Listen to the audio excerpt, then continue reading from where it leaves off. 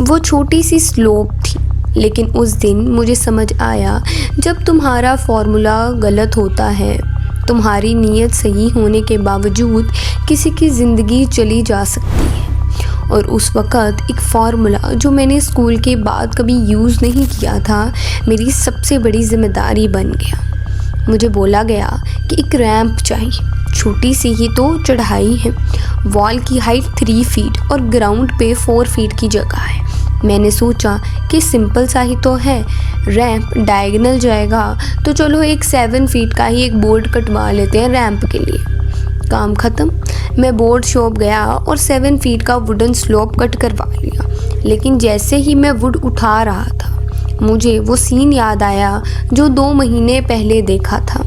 एक छोटा बच्चा व्हील चेयर में रैंप चढ़ते वक्त व्हील अटका और वो सीधा नीचे गिर गया। उस टाइम एक बंदा चिल्लाकर कह रहा था कि ये रैंप का एंगल गलत है, बहुत स्टीप है।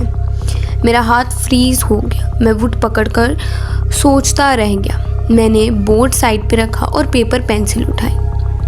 मैंने सोचा कि अगर वॉल मेरे पास 3 फीट की है और ग्राउंड 4 फीट का है, अगर मैं इन दोनों को ऐड कर दूं तो मेरे पास 7 बनेगा। तो क्या ये बहुत ज़्यादा स्टीप नहीं हो जाएगा? मुझे कुछ समझ में नहीं आ रहा था कि अचानक से मुझे पाइथागोरस थ्योरम याद आया, जो इस तरह से था कि हाइपोटेन्यूस का स्क्वायर आपके पास बराबर होता है बेस का स्क्वायर प्लस आपके पास जो परपेंडिकुलर का स्क्वायर होता है।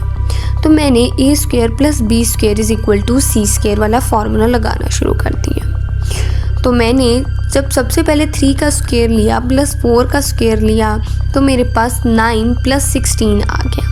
और जब मैंने इन दोनों का स्क्वायर लिया तो मेरे पास 25 आ गया। तो जब 25 का अंडर रूट लिया सी का स्क्वायर कैंसिल करने के लिए तो मेरे पास 5 फीट आ गया। अब यहाँ पर रैंप की परफेक्ट लेंथ अब आई मेरे पास 5 फीट। जो मैं पहले ले जा रहा था वो मेरे पास आई 7 फीट। तो मतलब 7 फीट वाला बहुत ज़्यादा स्टीप हो जाना था, तो 5 फीट वाला बिल्कुल परफेक्ट है जो मैंने थ्योरम को यूज़ करते हुए निकाला है। सिर्फ 2 फीट ज़्यादा स्लोप होती तो क्या होता? जो व्हीलचेयर ऊपर चढ़ते वक्त स्लिप करती वो सीधा नीचे गिरती।